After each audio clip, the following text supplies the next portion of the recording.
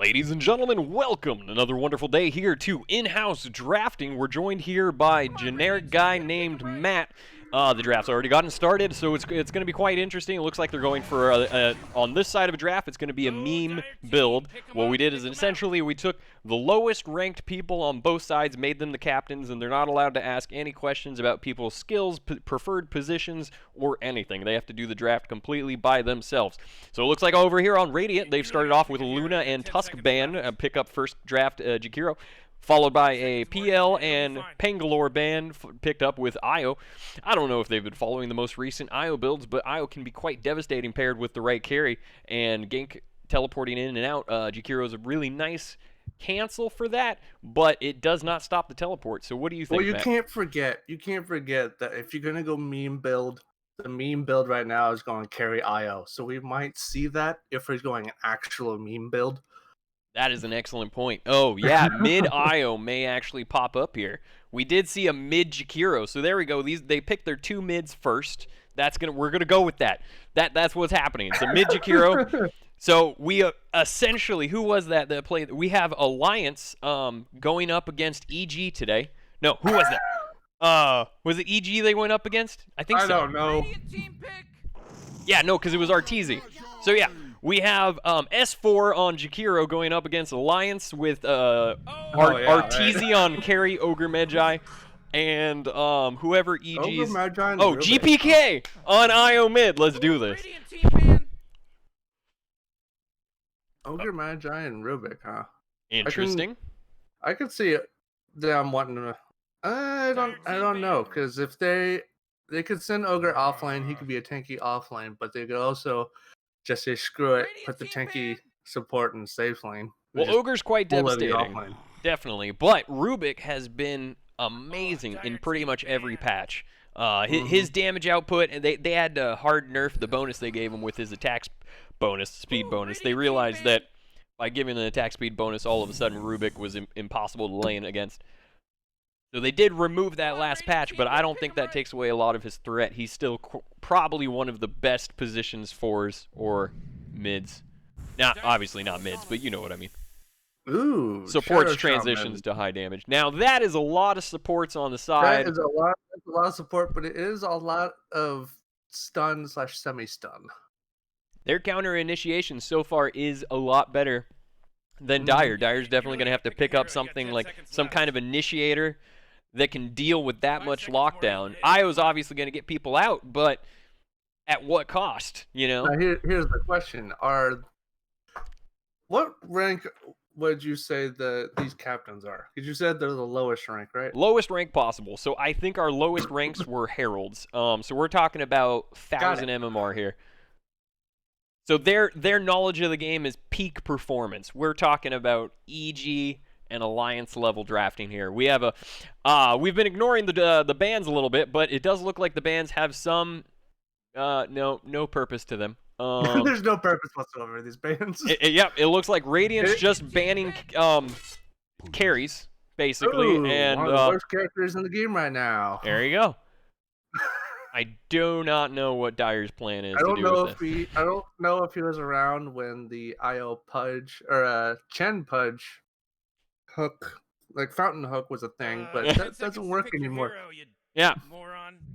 We do have a guy that hasn't played Dota in 6 years drafting right now, so that would make sense. Yeah, he may not know. He may believe that it is still possible to be Dendy today. Oh my gosh, they picked another support. What is this? On the side of Alliance, their drafting is so above my level of understanding that, honestly, I think their win probability is currently 100%. They're doing things that trend-setting standards. Well, they have a lot of early game. They do have a lot of early game, where Dire is more toward the mid game right now. Yep, that's true. Lion scales pretty well from early to mid, only falling off as soon as you get hard late. Rubik pretty much scales, I would say, the entire game. Jakiro falls off barely, but his magic damage output only really falls off around after 40 minutes. Let's see. On this, honestly, this is Okay, we are now team support against team support. This is going to be interesting. So this is gonna come down to who has the better carry. So now we know for sure that GPK is mid as Io, and Jakiro, which is S4, is mid. Yeah. So this Totally. is a battle of who's because GPK replaced S4. S4 left EG for Alliance for this exact reason. So this is going to be interesting. I feel like these bands are who do I not want to play against in general. Yeah. I The would definitely say one, that. the Warlock one is a little off of that though, because Well, they see the pattern. See, this is where their Yeah, intelligence they see the comes in. pattern. Nothing but supports. They see the pattern of supports, and they're like, what support are... There we go. See, double support band. We got a Warlock and a Lich band. They see the strats coming out. They know the high-level plays that are in meta right now. I feel like Radiant needs to get a really hard carry, so Yep. an anti-mage, a Spectre, something like that. See, I feel like they've been watching a lot of drafting in the pro games, and they know that this is not a carry meta. This is not a game that goes late and the carries win the game. This is a game that ends from minute 1. And that is the truth, and it is not sarcastic at all. Yeah, we're about to see the first carry. For I feel like these drafters have their finger on the pulse of Ice Frog. I would say that as a carry IO. Actually, I will say you favor Carry Dazzle on many occasions. Oh yeah. Yeah. Oh yeah, Carry Dazzle is pretty strong. I've never seen it work on you a single day in my life, but you do love it, and you do play it. I've never seen you pull it off, but you certainly play it. I pulled it off. What are you talking about? Alright, boys, the team 2 is coming in. Okay, we're going to drop down to the official draft as we start getting into the game. Thank you guys for joining us today, and we'll see you in a moment.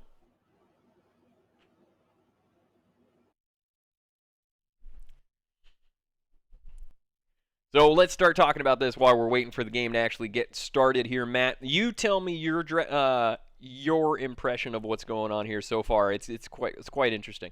It looks like both of the captains decided we're not going to pick a single carry. We're going to see what happens if we pick nothing but support. It looks like they collaborated and just no carries, all support. Yeah. Well, I would say that like this is gonna be one of the most interesting early games for sure. I would personally. Let's see. This is gonna be non-stop fighting early game, early to mid game. There's going to be a lot of deaths because there's not going to be a lot of health. I am very glad I chose to cast this instead of play it. I was on the fence at first, and now I am blessing my decision because this looks like the question is what lane is the IO going to go with? Like who's the IO going to go with this game? Unless he goes mid, which I feel like is a mistake.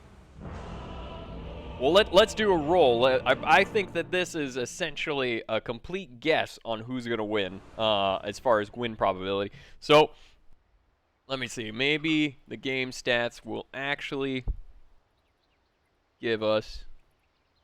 Why aren't they doing anything? They're just standing around. Relax, Morty. Nope. So as far as the lineups go, oh gosh. I feel like Dyer has the advantage. My sadness that you're gone. I admit nothing but my Okay, there we go. My keys are working now. Yeah, I feel like Dyer has the advantage because they got tankier heroes. Pudge can infinitely get tanky. And then if for some reason they have a Dazzle carry, which I don't understand. I don't understand these lanes right now. I don't understand why I can't currently get broadcaster mode working. It's not hiding my mouse, and it's not letting me zoom to the max zoom setting, which is unfortunate. It's working. Luckily, it's paused, so let's see. Oh, you got broadcaster settings going on right now? Like it lets you zoom completely out? Oh, that's so lame.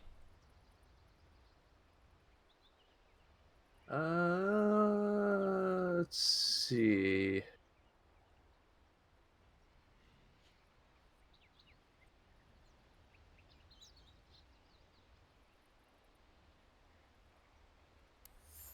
While you're figuring that out, do you at least have the broadcaster thing at the top left? Top left. Maybe. 'Cause you The can net worth? select like no, it can show like a ton of stats. Yep. Okay, you at least have that. Yep. Gonna be interesting. I don't have the thing on the top right though that shows me like So- all the other stuff. It looks like it is an IO mid, and this is going to be a carry 30 IO. seconds to game start. I don't know why he got tether first, if it is a carry IO. You guys are gonna have to deal with a little bit of rigid camera work here. I apologize, 'cause it's not letting me do smooth camera work. It looks like we're going for runes. Looks like they're definitely going to be securing that rune right there. And anybody at threat of dying today? Looks like Pudge might be actually in some trouble. Oh, But just are they going to be able to follow up? Nope, their stutter stepping is not top notch. Yep. Dazzle was able to get Pudge out of there alive, and it looks like Io's. Yep, oh, we were so close. Io is mid, but it looks like it's going up against a Shadow Shaman, which is going to be quite interesting. Looks like Earthshaker Lion versus a relatively hard lane as a Ogre Magi looks like it's pulling out into the carry position with a Witch Doctor for support. Their healths are already enormously low, so this is definitely going to be difficult. I certainly hope that Rubik is going to be the carry today because Jakiro just transfers beautifully into a hard support late game. Yeah, I kind of like the lanes as far as these supports go because Ogre can tank this entire time, so he's not going to be worried about being pushed out of lane.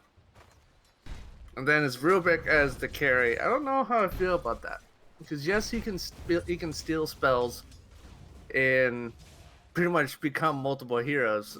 He doesn't scale well compared to Ogre. Looks like Dazzle might be in a little bit of trouble, but once again, their stutter stepping is going to be the bane of them. Their ability to walk and attack at the same time. We start looking top. It looked like Ogre Magi is looking promising with his 4-4 last hit so far. Pretty much Pudge uncontested. going all in at bottom. Got pretty much all of his health gone. They just killed Radiant's courier. It looks like Radiant Safe Lane is doing an amazing... We're just going to start calling them Alliance. It looks like Alliance is doing an amazing job at zoning out their lane. Even though that would have been a very difficult lane to pull off, the early game magic damage that is coming out of these two, Jakiros and Rubik, is just unstoppable, even if Pudge gets a good hook off. Oh, it looks like Rubik was not paying attention to his courier. I certainly hope that was not important items for him to have. Looks like Io's actually hard losing this mid lane. Looks like Pudge TP'd out just in time. No one had a stun for him. Rubik decided not to get telekinesis. Ooh, first blood at top. Oh man, it's unfortunate we missed that one, but it looks like once again that low health finally got the best of them, as Ogre is one of the tankiest early game supports in the game, well, in carry position at this moment, and Witch Doctor's Maledict is unstoppable. As you can see, it's on cooldown. We can definitely understand how that happened. Yeah. Io's basically, unless he buys some regen or starts using those tangos that he's already invested his time into, he is going to have a hard lane. He needs to bring that health back up so that he can start holding his position, holding his own. I decided to go for the Soul Ring. I wonder how that's going to play out, because Io decided to go for a Soul Ring. Interesting. He's not spamming any spells right now.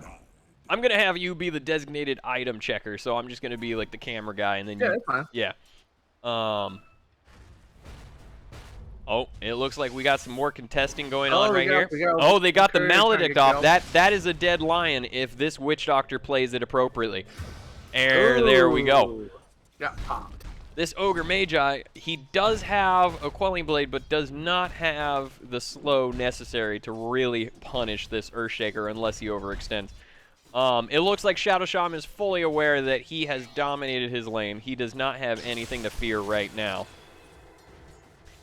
Short of not buying regen once again. Might get kill bottom. Pudge going for the kill. Looks like we have more magic damage coming out bot right now. Jakiro's doing all that he can. This looks like it's probably a dead Jakiro traded by a Pudge. Still a good trade as long as this Rubik is the one going carry position. Needs to prioritize his farms last hits a little bit better. He's currently sitting at 15 to 6, which is not bad, but it's not amazing either because we do have an Ogre sitting here at a higher net worth. Go ahead. At top, we had Earthshaker die again. Again, there we go. See, that is the thing. Right around here. This is interesting coming out into the middle of the lane. I will say that both sides have regen, and both sides are refusing to use the regen they have. Going for the plays. It does look like Pudge is going to get this. I do not see a way. Oh, he hooked a creep. Unfortunate. That is the risk that you take when you throw a hook under 2 full creep waves. I mean, giving that BM tip and Pudge. We got to fight top lane. Oh, another one. Getting low. Oh, this might be the first time that RTZ dies on Ogre Magi. Well, he did use his Quelling Blade. I feel like he could have used a Tango. See, instead, it is just that armor out of Ogre Magi. Now that he has his treads, he's gonna be near unkillable. That movement speed plus armor strength bonuses, there really isn't a lot you can do, especially with their lineup of Lion Earthshaker. Ogre deciding not to go for the stun. Went 2 ignite or 3 ignite into 2 bloodlust. And I can see what Io's doing. He's going for the Helmet Dominator. He's probably going to. Looks like my Witch Doctor button's broken, but go ahead. Sorry. Another fight bot. Hold on, we got another fight bottom. There might be another Digikiro. It is. Oh, hey, it looks like this bottom's actually starting to turn into Pudge's favor. As we know, as soon as Pudge starts hitting level 3 with his level 2 hook, level 1 in Rot, he does start to become quite the threat that you can't exactly ignore, especially with Jakiro and Rubik refusing to buy regen for their mana. Do they have something coming on the courier? I certainly hope so. As long as Pudge can land his hooks, I think they'll be fine, because he went 2 into hook instead of 2 into rot. Well, it looks like Shadow Shaman is currently doubling in CS up against Io, so that's going to be quite promising indeed. That's true, but I feel like I understand what's going on. He's going with a Helmet Dominator, because once he gets it, he doesn't have to be in lane anymore. He can go and get one of the strong creeps and just farm in the jungle as much as he wants. Oh, it looks like Lion is dead again top. I should say again, I believe this is the first time Lion has died. Let's see. No, that's the second time. So Earthshaker's died twice and Lion's died twice. It does look like we're sitting at not quite the net worth lead you would be expecting with 1 to 6 at 6 minutes. It's Pudge not going for a gank in mid. Yeah. Oh, here we go. So that's a little bit of a misuse, a click. Unfortunate on S4. He probably panicked. Well, that might be a dead IO. That is definitely a dead IO. But it is unfortunate to that. Might be a dead Earthshaker as well. Oh, yep, definitely. Doctor got him with the pop. Well, it looks like Ogre is still sitting at top net worth, only second to I forget who Alliance's carry is, but Rubik. Witch Doctor really going for that BM. Only one on Alliance so far that I'm aware of is S4. I apologize.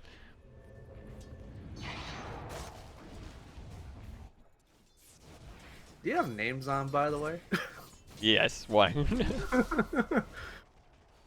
These are their Smurf names. The people actually playing are Alliance versus EG at the moment. This is their redemption story to the horrible losses that they suffered against each other. I wonder if Rubik's going to get caught out right here. It did seem like they noticed the rotation, the attempt to place some wards possibly. No, I do not know why they were there. And this is definitely, this is going to be a dead Jakiro and definitely a dead, oh, that was close one. That almost actually came out alive. But Pudge is doing an amazing job rotating, keeping invis, keeping smoked, doing his job, making mid's life easier because mid did hard lose to Shadow Shaman with his CS and net worth. That Lion just died to just pure. He died from Ignite. There was literally one more tick from Ignite and that finished him off. That is quite unfortunate there, especially when you're sitting with no regen at a level 4. I would say that these couriers definitely have an easy game, as they mostly get to sit around with coffee breaks. It's going to be quite interesting. They are not hard workers this game for sure. Shadow Shaman is quite optimistic with his recovery of this certain death. Looks like a good trade, I guess. I would say a good trade because he got the mid lane. I would say the Shadow Shaman saw his death coming from a mile away and decided just to man up on it. But we'll see if they can all... This Dazzle is also dead for sure. It was his Shallow Grave not up. He hasn't put a point in Shallow Grave. There you go. So interesting choice. I wouldn't go with it myself, but interesting choice. Interesting choice for sure. I would say that this Pudge is doing an amazing job getting his rotations in. I don't think he has died. No, he's only died once, and he's currently sitting at 2 kills, 2 assists. Lion seems to be going with, I'm going to take all your mana, because Ogre Magi has struggled to get any mana this whole time. Looks like this Jakiro is struggling with his mana problems for sure, as he's sitting on 2 clarities.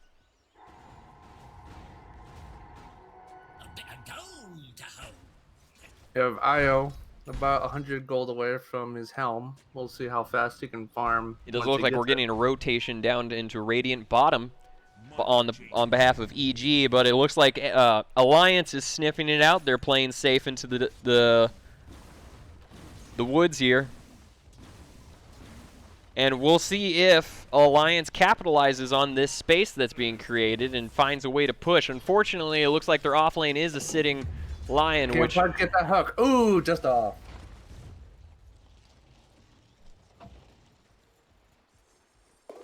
Yeah, Pudge needs to land those hooks if he's gonna get that work done, because he's maxing that hook. So a bad hook is a waste of time. So what do you think that is going to be this end game potential here, especially with this high strat lineup that's going on between EG and Alliance? What would you say is the win condition currently sitting on Alliance, aka Radiant? I would say they need to keep an eye on this Ogre and Io, because they're going to be the ones to really put out the damage. Pudge is going to get really tanky if they keep dying around him. Ooh, got a hook. Oh, that was an excellent hook steal, followed up by a... Oh, the save! And he finally gets his point into Shallow Grave, and it looks like he's going to be able to... Nope. He's dead. No, it's unfortunate with the speed on those Veno wards. I mean, on those, yeah, Serpent wards. There we go. That's another word for it. Oh, it looks like he canceled it out of fear. Unfortunate. He should have held him under that fire. That would have been a dead Io. But it looks like they're going to be able to recover it here, and did not follow up with the dual breath. Io is a satyr, so he's going a lot faster than normal. Oh, it looks like Earthshaker got his combos off properly. Jakiro's going for the hard dive with no mana. And it looks like Lion is sitting pretty up top, trying to recover his levels, but this Ogre is making sure that his life is just a nightmare. There is not much you can do as a Lion against Ogre. Yep. Oh, I apologize for clicking off of that. I already knew he was dead, so I just clicked away. That might have been something this audience wanted to see. I did not want to see Lion die again. I just felt too bad for him with sitting here with 0-4 at the moment. Looks like what sucked earlier is Io had died and Pudge missed the hook on him, which probably could have saved his life. It looks like Pudge might be looking for something, but he needs to be careful about that illusion. There's no way he can get a hook off with that illusion sitting that close. And I believe that the carries are finally sitting happy in their jungle now. I still don't know. I believe this Rubik is the sitting carry in the bottom. But his net worth is definitely struggling. If we look at the overall net worth, I'm still favoring EG at the moment. With the Ogre dominating his lane as such as he did, and then with Alliance pretty much having the one lane and then throwing it to the Pudge in the rotations. Rubik TP top, they smoked. Oh, it looks like we got a possible gank coming in. They popped it. Yep. Rubik still has the hook, but it's going to be down. It looks like they just realized they don't have enough damage to even pull off a gank, so they're pulling back. Hopefully this does not mean death to their Rubik. And the IO TP'd in. This is definitely a dead Oh, Rubik good here. board by the Witch Doctor. Lions getting himself out. I don't believe that stun's going to be enough to secure the kill. That is an interesting placement on wards for I sure. feel like that's a big misclick. As they could, this would have been a beautiful spot to put wards in order to block these people into their stuff. Pudge got the hook. They're going after the Ogre Magi. It does look like most of the team is suffering from mana problems right now, with their damage being Pudge mostly gets his ult mana. off. And it looks like there's quite a successful near team wipe on the side of EG. You forgot. Maybe. Okay, it looks like they are going to be pushing the tier 1 towers. This is going to be nice. It's unfortunate that we're 14 minutes in and all of the towers are up with an 8-16 lead in a 5K net worth. Yeah, I think if Radiant wants to stay in this, they really need to. Oh, that was a very they need to unfortunate sacrifice. missed hook. That would have been the double kill, but it looks like they're going to have to be happy. Big ulti by their Shaker. Oh my gosh, the recovery. Radiant's middle tower is under attack. That was perfectly timed. The EG was not seeing that coming. Alliance Mike really down turns too. it around. Sorry, Matt, go ahead. No, you're good. Yep, that is a dead person. A little bit of overkill, a little bit of overcast, but all it takes is a few clarities and remedy that situation. It looks like Update on some items. Ogre Magi going with the Midas, Battle Fury.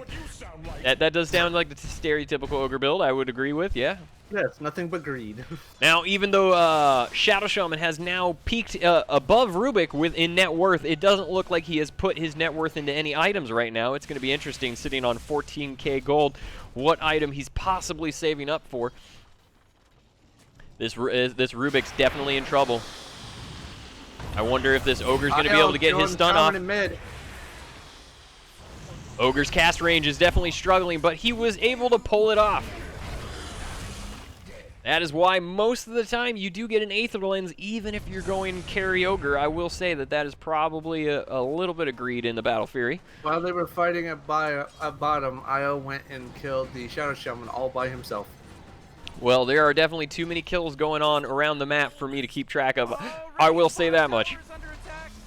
I still can't believe the anti-push ability of Alliance here, keeping these towers going with a 7k deficit, along with a 20-12 lead on EG. Shaman's trying to defend again when he died to Io earlier. This may be he may be underestimating the strength of Io when he starts getting his items. Unfortunately, it looks like Io is gonna pull out. He did see the rotation of his of Alliance coming in. That was a very smart play. Potentially going for a Maelstrom. Well, this is definitely the stage of the game where you start prepping for the late game. This is where you start pushing towers, you start zoning people out of their positions. Unfortunately, we're not seeing this too much. We are seeing a lot of pressure in the... Oh, it looks like we got another gank here mid. Again. It's going to be quite interesting seeing if they can turn this one around. Puts a stun off, Okay, and Shaman survives. so we got to decide who talks during fights because we're talking over each other. It looks like Pudge hooked another creep. This Rubik's just going to be able to walk out. That is the power of the Battle Fury. Unfortunately, it doesn't have the damage nor the utility really necessary, I believe, on Ogre. Ooh, good hook on the Pudge.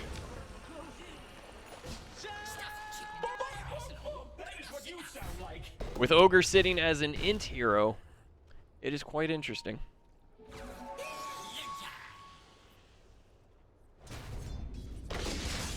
So anyway, as I was saying earlier, this is about the time where normally you start pressuring the team, securing your farm, getting ready for the late game, start zoning people out of their jungles. It looks like they're still trying to take tier 1 mids. And there goes another creep to Pudge. Creep again. His Pudge's hate for the creeps goes beyond kills on the enemy team. This is This is the next level Pudge here. This is showing the creeps who's boss. It is Pudge on EG, and he is showing it to them. It's just a warning shot. He's just throwing the hook saying, I could have hooked you, but I decided not to. Not only that, he is also telling these creeps that, sir, Rubik's showing him how it's done, though, getting the hook on Pudge and also getting the kill. Die? You thought this would be easy? Seems like Rubik loves to get the hook and just show Pudge how it's done. that is true. It is a contention between hook tactics at this point. Pudge is of the theory that we need to show the creeps where they're supposed to be, and when they're out of position, we yank them like a toddler on a leash. While Rubik is sitting here saying, no, go after the carries, go for the kills, and Pudge... Rubik going down. Oh, this is definitely a dead Rubik as they do a beautiful rotation on EG again, further increasing their now 9K net worth lead. Looks like Shadow Shaman is still far outrunning the Rubik. Hopefully this Dazzle transitions into some form of carry. I would like to see that. As they finally get a chance to pressure the safe lane, start taking over the Radiance jungle.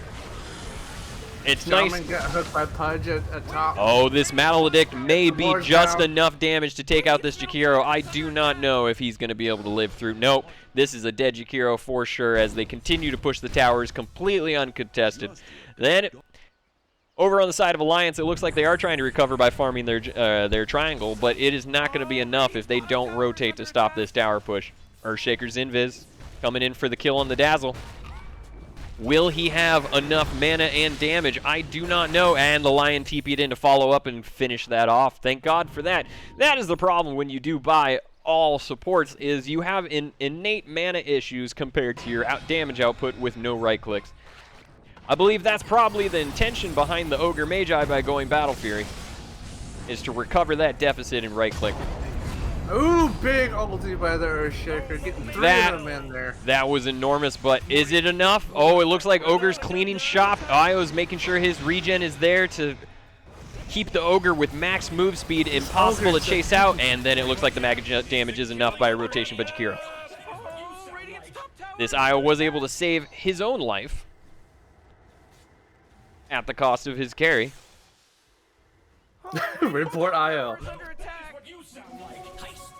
I admit nothing but my sadness that you're gone.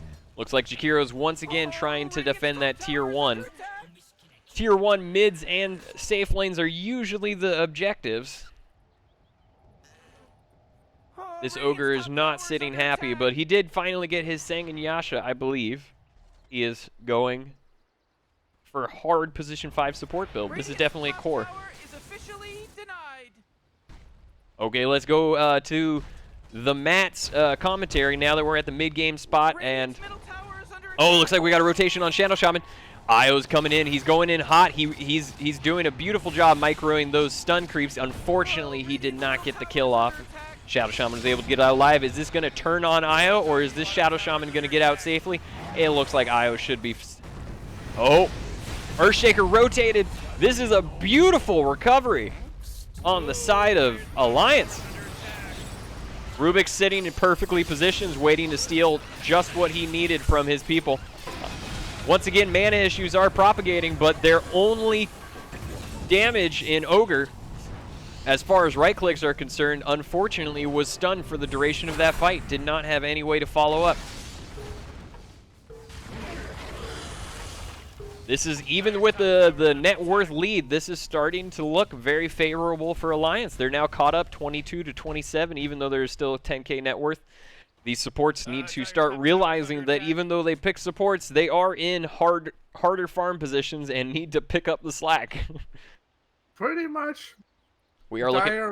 Dire was definitely in a better position, but Radiant is getting to that mid game where they can really start kicking off. It looked like Lion did not believe he was going to get that stun off, but unfortunately didn't have the follow-up because of...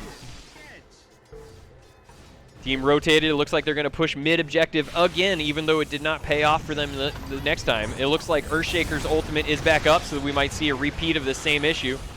Jakiro has mangoes, so hopefully he remembers to use them just to follow up with his Lion gets ultied. Earthshaker ulti gets the two of them in there.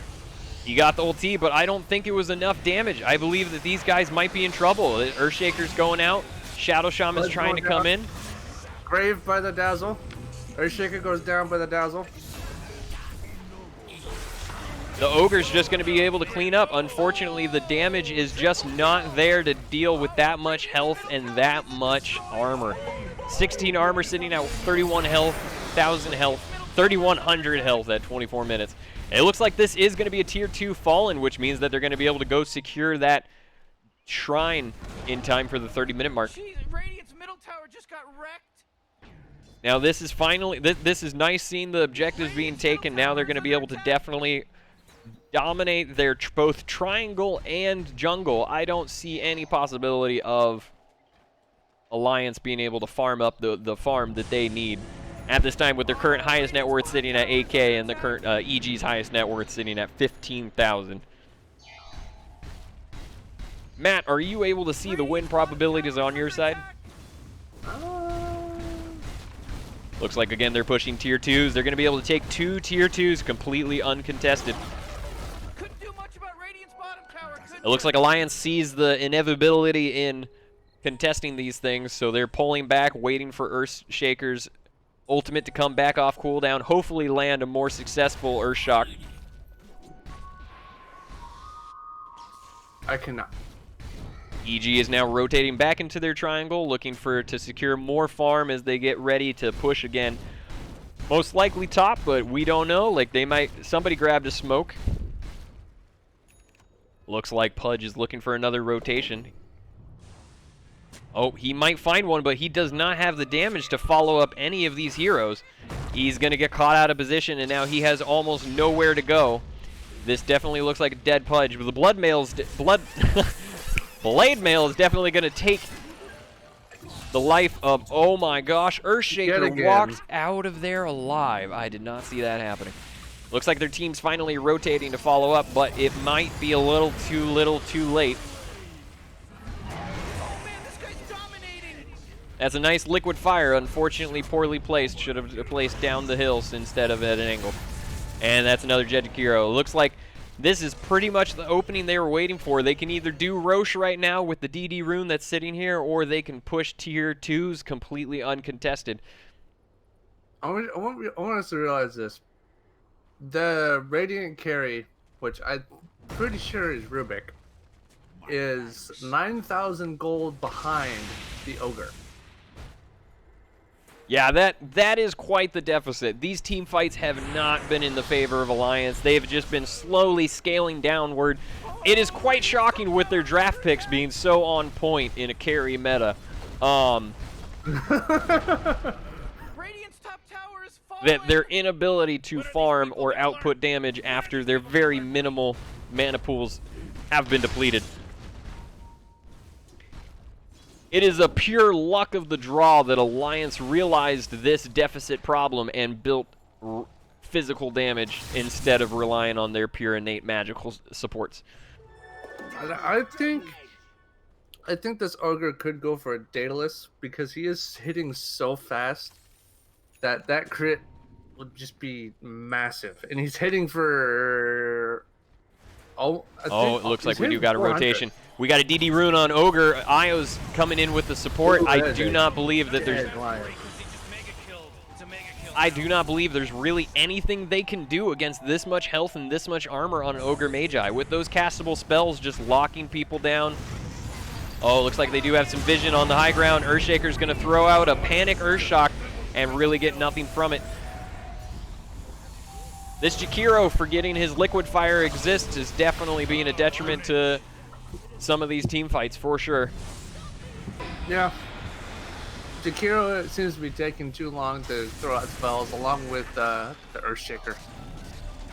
Well, his understanding of the game is far exceeding anything I could possibly fathom. With his prioritization of freezing somebody and then not putting out a dual breath, followed by dual breathing and not putting out a liquid fire, the next level thought processes are beyond anything I can comprehend. Well, so yeah, he's got to save his mana for later, and then he's got to save the cooldowns for when they matter. Yeah, as Alliance is one of the top 6 teams in the world right now, we do just have to trust that They know what they're doing. It looks like finally EG is going to give a little bit of space for Alliance to creep out. I wonder if this is going to be a dead Pudge. His ability to follow up with damage, he does have that finger. I was wondering when it was going to come out. I don't know if he got the finger kill on that one. It did look like it wasn't quite enough damage to get the stack bonuses. Ogre deciding to go with a Scythe of Vice. He's working on it. He's about one item away from it. It looks like they smoked up top. They're going to try to take out the Witch Doctor. Witch Doctor might have sniffed out this rotation, and now they're just going to decide to farm instead. Or it looks like Earthshaker's trying his best to rotate into the physical damage that they desperately need. Unfortunately, it does not look like he has the health nor armor to sustain the output on EG. Probably not. With this Ogre and Io's farm, even the Dazzle. You have Ogre at 22,000. It does look like we have a Io wave at pushing. 12,000. And Dazzle at 11,000. It looks like we do have Hero Creep Jerry pushing his way through the towers, forcing the rotations out of the Rubik on Alliance. And it looks like Alliance is smoking. They're knowing that in order to recover this game, they need to stop the farm of EG here. Trying to decide who's going first. And it looks like Pudge was able to get that rune. I wonder if Pudge knows what's going on here. It doesn't look like they have. They do. They did see the smoke. They do have a ward. They saw it coming. So they're going to be playing safe. We'll see if this Dazzle is going to get caught out, unfortunately. Oh, these Pudge and Dazzles, their team is not around to recover. They saw it happen, and yet they still walked into it. And it looks like the rotation from their carries finally comes in. This Io Ogre rotation seems going to be able to wipe the whole team by itself without contest. Good, smart idea from the Io leaving Ogre behind. Yeah, just following Ogre around, keeping that move speed increased, keeping Ogre's ability to follow up his right-click damage, because that is really where he struggles. But it looks like Ogre also got an Eye of Scotty plus his Ignite slow. There really isn't much you can do to get away from this Ogre. All you can do is clean up his team and hope that you have enough damage to take him out in the end. Looks like Ogre's just basically going to be able to take this tower for free without contest. Not that there's much that Rubik can really do at this point. Seems like Dazzle's been going some sort of semi-carry build. With a 27 to 42 with 34k lead on EG here. It is interesting how they have not called GG yet. If they see an opportunity, they once again, these are the top 6 teams in the world, so their contemplation of what's going on here, they probably see more than I can if they see a way to recover this game. So right now, this Ogre is unstoppable. Interesting ward. They really do not have an answer for physical damage. It is unfortunate. Jakiro usually would be the answer for those right clicks, but it looks like his underemphasis on dual breath is quite devastating. That's the GG. And the unfortunateness also about the liquid fire is that is what slows down that right click damage. And it looks like it's going to be a win by EG. Unfortunate, it was a complete repeat of the last Alliance EG game we saw with Arc Warden completely mopping up the game after Alliance had a very confident early game. Unfortunately, starting a new meta for Arc Warden as we now see. It looks like the replay that they wanted to redeem themselves as Alliance versus EG did not happen. We want to thank you guys for joining us today. What the fuck are you watching? Thank you for joining us. It's been a wonderful time casting with me and Matt. Matt, say your adieus. I do. And you guys have a wonderful rest of your day.